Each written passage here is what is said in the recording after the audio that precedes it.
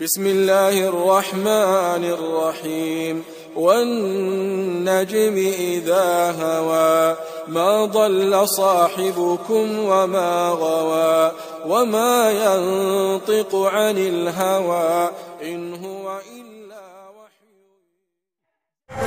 میرے دوستوں، میرے بھائیوں، میں آپ کو ایک بات اور بتلا دوں. بعض مسلمان ایسے ہیں جو شرک بھی کرتے ہیں. کافر تو شرک کرتا ہے. اگر کوئی کافر و مشرک کسی مندر میں جا کے سر جھکائے، ہم اسے کہتے ہیں وہ مشرک و کافر و مر گیا. ابھی میں کمرے کے اندر بیٹھا تھا، چند نوجوان بھائیوں نے مجھ سے سوال کیا، کہا کہ اگر کوئی لڑکی مسلمان ہے، کسی غیر مسلم لڑکے سے اس کا پیار ہو جائے، لو ہو جائے، اب وہ اس پیار کے چکر میں آ کر اپنے اسلام کو چھوڑ کر کافر ہو جائے اور اپنے اس لور کے ساتھ چلی جائے تو اس کا کیا حکم ہے، کیا گناہ ہے؟ میرے بھائیوں، میرے دوستوں، اگر کوئی شخص، کوئی مرد یا عورت اسلام کو چھوڑ کر دوسرا مذہب قبول کرتی ہے یا کرتا ہے تو اسلام سرے سے اس کو اسلام سے خارج قرار دیتا ہے اور یہ کہتا ہے کہ یہ شخص مرتد ہو گیا، مرتد. اور جب اسلامی حکومت ہوگی تو مرتد شخص کا حکم ہے کہ اسے قتل کر دیا جائے. اسلام کو چھوڑ کر جب کوئی بندہ کسی دوسرے مذہب کو قبول کرے تو اسے قتل کرنے کا اسلام حکم دیتا ہے. لیکن کب؟ جب اسلامی حکومت قائم ہوگی. اگر اسلامی حکومت نہیں ہے تو اس عورت کو یا اس مرد کو ہم قتل نہیں کر سکتے، بس یہ کہیں گے کہ مرتد ہو گیا. اگر دوبارہ اسلام کی طرف نہیں آتا مرنے سے پہلے تو اس کا ٹھکانہ جہنم ہوگا، کیونکہ اللہ نے کافروں کا ٹھکانہ، مشرکین کا ٹھکانہ جہنم بتلا دیا.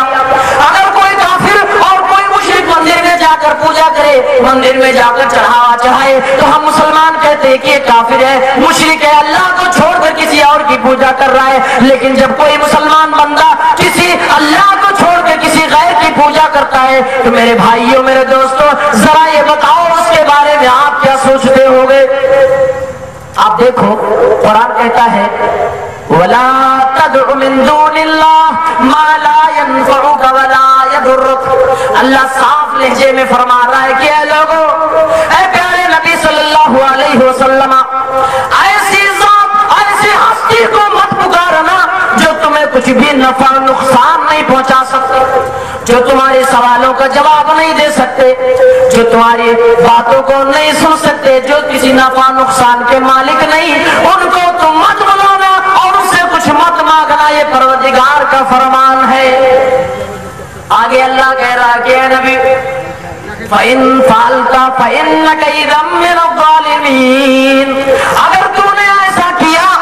اگر تو نے ایسا کیا کہ جو تیرا مالک نہیں، جو تیرے نفع نقصان کا مالک نہیں، پھر بھی تو نے اسے پکارا تو تو ظالم ہوگا، مشرک ہوگا، کافر ہوگا. اے میرے بھائیوں، اے میرے دوستوں، پیارے نبی نے قرآن کے حوالے سے ساری باتیں ہم کو وضاحت کے ساتھ بتلا دیے. میں اپنے بریلوی بھائیوں اور ان تمام مسلمان بھائیوں کو یہ بتلانا چاہتا ہوں جو قبروں پر جا کر، مزاروں پر جا کر اپنے سر کو ٹکا کر وہاں سوال پہ سوال کرتے ہیں اور اس کو اپنا حاجت روا، اپنا مشکل کشا مانتے ہیں اور یہ بہانہ بناتے ہیں کہ اللہ سے کچھ چیز مانگنا ہے تو بیچ میں کسی کو لانا پڑے گا، ڈائریکٹ اللہ سے نہیں سوال کر سکتے. اے میرے مسلمان بھائیوں، کیا تمہارا ایمان اتنا کچا ہو گیا، کیا تمہارا ایمان اتنا گھٹیا ہو گیا کہ تم اللہ کے بارے میں یہ سوچنے پر مجبور ہو گئے کہ پروردگار کے اندر اتنی طاقت نہیں کہ ہماری سکت اور ہماری آواز کو ڈائریکٹلی سن لے؟ مثال بھی دیتے ہو دنیا کے انسانوں سے، مثال مخلوق سے مثال دیتے ہو کہ جس طریقے سے پردھان منتری سے کوئی شخص ڈائریکٹ نہیں مل سکتا ہے، اسی طرح سے اللہ سے کوئی شخص ڈائریکٹلی کچھ چیز مانگ نہیں سکتا، اپنی بات نہیں سنا سکتا. اس لیے ہمیں ولیوں، بزرگوں کے قریب جانا پڑے گا، ان سے ریکویسٹ کرنی پڑے گی کہ میری بات اللہ تک پہنچا دو. اور میرے بھائیوں، میں ان سے کہنا چاہوں گا جو سارے بہانے بتلاتے ہیں، پیارے نبی صلی اللہ علیہ وسلم نے جب لوگوں کو، مشرکین مکہ کو کہا تھا کہ مشرکین مکہ، اللہ کو چھوڑ کے کسی اور کی پوجا مت کرو، کسی کو وسیلہ مت بناؤ، ڈائریکٹ سے رب کو پکارو. اللہ ہم اور آپ کی سارے لوگوں کی جواب کو سننے والا، سوال کو سننے والا ہے. تو مشرکین مکہ نے بھی یہی جواب دیا تھا جو آج کے قبر کے پجاری دیتے ہیں. کیا جواب دیا تھا؟ کہا تھا وَمَا نَعْبُدُهُمْ إِلَّا لِيُقَرِّبُونَ إِلَى اللَّهِ زُلْفَىٰ. ارے ہم قبر والوں کو یا بتوں کو اس لیے نہیں پوچھتے کہ ان کو اپنا خدا مانتے، ہم ان کو اس لیے پوچھتے ہیں، ہم مشرکین کا جواب تھا اور آج کا مسلمان بھی اللہ اللہ یہی جواب دیتا ہے کہ ہم ڈائریکٹ رب سے اپنی بات نہیں کہہ سکتے، اس لیے پروردگار عالم کو کہ اللہ کے اور اپنے درمیان کسی کو وسیلہ بناتے ہیں، قبر والوں کو وسیلہ بناتے ہیں، حالانکہ یہ قبر کے مدفون ہمارے اور آپ کے جواب دینے کی دور کی بات ہے، ہمارے اور آپ کے سوالوں کو نہیں سن سکتے۔ والذین یدعون من دون اللہ،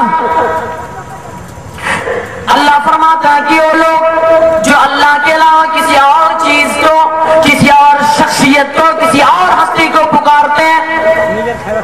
لا یخلقون شیئا، وہ کسی چیز کو پیدا نہیں کر سکتے، کسی چیز کے مالک نے، بلکہ دوسری آیت میں فرمایا ما یملکون من قطمیر، کھجور کی گٹلی پر جو چھلکا پایا جاتا ہے اس چھلکے کی بھی مالک نہیں۔ او میرے دوستوں، پیارے نبی صلی اللہ علیہ وسلم نے صاف لفظوں میں کہہ دیا، اے لوگوں اللہ سے مانگنا، نماز میں ایاک نعبد و ایاک نستعین کہنے والے مسلمان بھائیوں، آؤ تم جس نبی کو مانتے ہو اس نبی کی حدیث، اس نبی کا فرمان ہم نے آپ کے سامنے رکھا، جس امام اعظم کو آپ مانتے ہو اس امام اعظم کی بات سن لو۔ خود کو بریلوی، خود کو حنفی کہنے والے، قبروں کا اوپر مزاروں پر سر کو ٹیکنے والے میرے مسلمان بھائیوں، بہت پیارے انداز میں آپ کو ایک واقعہ سناتا ہوں امام ابو حنیفہ کا، غرائب فی تحقیق المذاہب کتاب کا نام ہے، اس کتاب کے اندر واقعہ لکھا ہوا، غرائب فی تحقیق المذاہب کے اندر لکھا ہے کہ امام ابو حنیفہ رحمت اللہ علیہ کا واقعہ ہے کہ ایک شخص قبر پر جاتا تھا اور کچھ چیزیں مانگتا تھا، قبر والے کو پکارتا تھا، کچھ چیزیں سوال کرتا تھا، ایک مہینے تک کنٹینیو ایسا کرتا رہا، قبر پہ آتا سوال کرتا، جواب نہیں ملتا واپس چلا جاتا، پھر قبر پہ آتا سوال کرتا، جواب نہیں ملتا واپس چلا جاتا، ایک مہینے تک مسلسل کرتا رہا۔ امام ابو حنیفہ رحمت اللہ علیہ اسے دیکھتے رہے، ایک دن کی بات ہے، ایک مہینے کے بعد وہ شخص پھر قبر پہ آتا ہے اور پھر کچھ مانگتا ہے، جب قبر سے کوئی جواب پھر نہیں آتا ہے تو خود سوال کرنے والا کہتا ہے یا اہل القبور،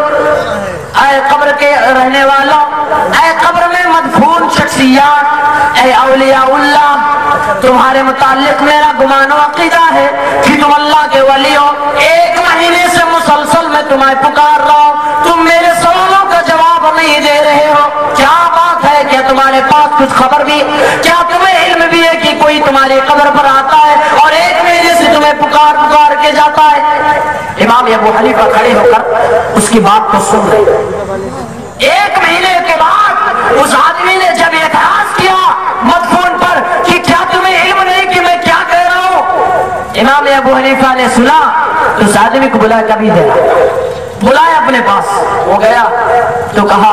حل اجابو لک، ایک مہینے سے کنٹینیو لگاتار مسلسل سوال کرنے والے قبر کے پجاری، یہ بتا کہ تو نے جو سوالات کیے ان سوالوں کا جواب اس قبر کے مدفون نے تمہیں دیا؟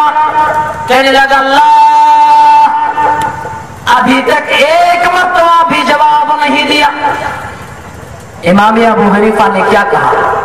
نوٹ کر لو میرے مسلمان حنفی بھائیوں، امام خمینی کو امام اعظم مانتے ہو، ہم نہیں مانتے، آپ مانتے ہو، تو آج سے ہی قبروں پر جانا اور ولیوں کو اللہ اس کے رسول اللہ اور اپنے درمیان کوئی وسیلہ بنانا چھوڑ دو، ڈائریکٹ نیت سچی کرو، نماز کے پابند بنو، رب سے مانگو، اللہ تمہاری آواز کو سننے والا ہے۔ فرمایا امام ابو حنیفہ نے ویل لک وتربت یداک، تو برباد ہو، تیرا ستیہ ناس ہو۔ کیوں تیرا ستیہ ناس؟ کیوں کہا انت تتکلم وجسادا لا يستطيعون جوابا ولا يسمعون صوتا ولا يملكون شيئا۔ امام ابو حنیفہ نے فرمایا کہ اے قبر کے پجاری، تیرا ستیہ ناس ہو، تیرے لیے بربادی ہو، تیرے خاک آلود ہو، تیرے ہاتھ خاک آلود ہو، تیرا ستیاناش ہو، تیرے لیے بربادی ہو، تو بیوقوف ہے، پاگل ہے۔ اس آدمی کو چونک ہوا، وہ آدمی پریشان ہوا، کیا بات ہے، کیوں مجھے ڈانٹ رہے؟ فرمانے لگے کہ تو ایسی ہستی کو اور ایسے جسموں کو پکارتا ہے، لا یستطیعون جوابا، جو تیرے سوالوں کا جواب نہیں دے سکتے، ولا یملکون شیئا، کسی چیز کے مالک نہیں، کیوں پکارتے ہو میرے بھائیو؟ امام ابو حنیفہ نے خود منع فرمایا، قبر کے اندر مدفون کسی بھی شخصیت کو پکارنا ناجائز ہے، حرام ہے۔ اللہ رب العالمین نے تو یہاں تک کہہ دیا کہ جو شخص زندہ ہے، اگر تم اس سے ما فوق الفطرت چیز کا مطالبہ کرتے ہو، یہ بھی چیز تمہارے لیے حرام ہونا جائز ہے۔ صرف وہی چیزیں مانگ سکتے ہیں زندہ آدمی سے جو اس کے بس میں ہے۔ جیسے ان کا اعتراض یہ بھی ہے، الٹے ہیں کہ مولوی رات بھر کہے گا کہ اللہ ہی سے مانگو، اللہ ہی سے مانگو، اللہ کے علاوہ کوئی نہیں دیتا، صبح جائے گا اپنی بیوی سے کہے گا ناشتہ لاؤ، یہ اعتراض کرتے ہیں، ناشتہ لاؤ، پانی لاؤ، یہ مولوی بیوقوف ہے۔ اہل حدیثوں کو گالی دیتے ہیں یہ لوگ، آپ تقریریں سنو ان کی، یہ دلیل دیتے کہ مولوی تقریر کیا اللہ سے مانگو، اللہ سے مانگو، اللہ کے علاوہ کوئی نہیں دیتا، اور صبح جا کے بیوی سے پانی لاؤ، ناشتہ لاؤ، سب چیزیں مانگنا شروع کر دیتا ہے۔ اللہ کو چھوڑ کے دوسرے سے مانگا کہ نہیں مانگا؟ وہ دلیل دیتے ہیں کہ اہل حدیث خود غیروں سے مانگتا ہے اور رات میں کہتا اللہ سے مانگو۔ میرے بھائیوں، اس کا جواب یہ ہے، پروردگار خود کہتا ہے تعاونوا علی البر والتقوی ولا تعاونوا علی الاثم والعدوان، ایک دوسرے کی مدد کرو، نیکی میں، بھلائی میں، برائی میں مدد مت کرو۔ اور دوسری دلیل یہ ہے کہ آپ اس پورے اسلام کے تعلیمات کو کھنال تو مانگنے کے تعلق سے آپ کو دو باتیں ہیں کہ وہ چیز جو کسی انسان کے بس میں ہے آپ اس سے مانگو تو جائز ہے۔ جیسے میرے پاس پانی ہے، اب یہاں کوئی شخص بیٹھا اس کے پاس پانی ہے تو مجھ سے کہہ سکتا ہے کہ آپ پانی مجھے دے، مجھ سے مانگ رہا ہے، میرے بس میں ہے کہ میں پانی اسے اٹھا کر دے سکتا ہوں، یہ میرے بس میں ہے، میرے طاقت میں ہے، تو اس کا یہ مانگنا اس کے لیے جائز ہے، حرام نہیں ہے۔ لیکن اگر مجھ سے کہتے مولانا صاحب مجھے اولاد نہیں ہوتی، مجھے بیٹا دیتا، میرے بس میں ہے، میرے بس میں نہیں ہے، تو یہ سوال کرنا، یہ مانگنا حرام ہے۔ اور جو اہل حدیث علماء کہتے ہیں اللہ کے علاوہ کسی اور سے نہ مانگو، یہ ما فوق الفطرت اور ما فوق الاسباب چیزوں کے بارے میں کہتے ہیں، اور جو انسان کے بس میں وہ چیزیں مانگنا جائز ہے۔ بلکہ عظیمت تو یہ بھی پیارے نبی نے سکھلایا تھا کہ اگر جوتے کا تسمہ بھی مانگنا ہو تو اللہ سے مانگو، جبکہ جوتے کا تسمہ کسی انسان سے مانگا جائے تو مل سکتا ہے۔ یہ عظیمت ہے، افضلیت ہے، لیکن جو اسباب کے نیچے اور ما تحت الفطرت ہے اسے مانگنا انسانوں سے جائز ہے۔ یہ ان کے اعتراض غلط ہوا۔